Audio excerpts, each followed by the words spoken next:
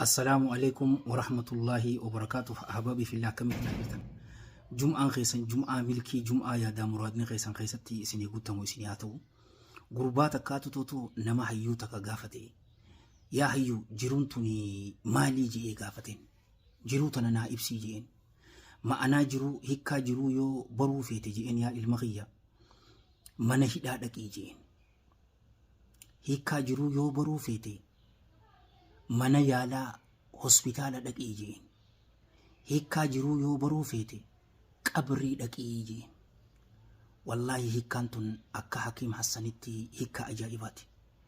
Ahbaabii fillah, mana hidhaa keessa nama jiru namuma saniituutu beeka waan hidhaan taate. Gartee yeroo garii nama gariitiif qananiidha, garuu rabbiin ni danda'aatii hidhaa addunyaatii fi ta akhiraa jalaa rabbiin najaanu haa baasu. Obboleeyyan keenya biyya Suudii warra jirullee rabbiin mana hidhaati irraa baasee rabbiin waa gammachiisu. Namni mana hidhaa keessa jiru bilisummaan isaa dhiphoo, mana fincaanii seenuuf hayyama gaafataa bara.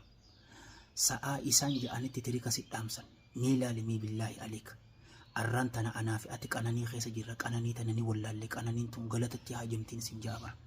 Alhamdulillah wasumma alhamdulillah. Mana hospitaalaa dardara meeqaatu tuutu jira firaasharra qaciise. dhukkubsataa keenya cofaatu rabbi nu haa fayyisuuti.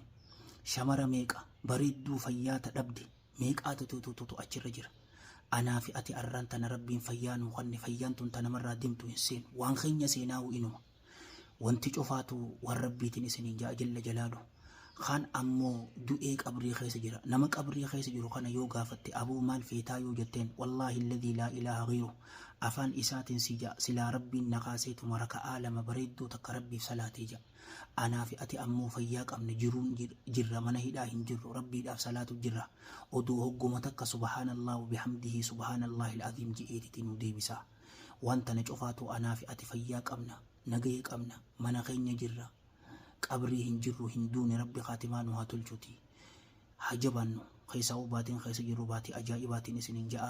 Allahumma salli wa sallim wa baarik ala sayyidina Muhammadin wa ala jamiil mursaliin wa akhiru da'waana alhamdulillahi rabbil aalamiin. Wassalaamu alaikum wa rahmatullahi wa barakaatuh.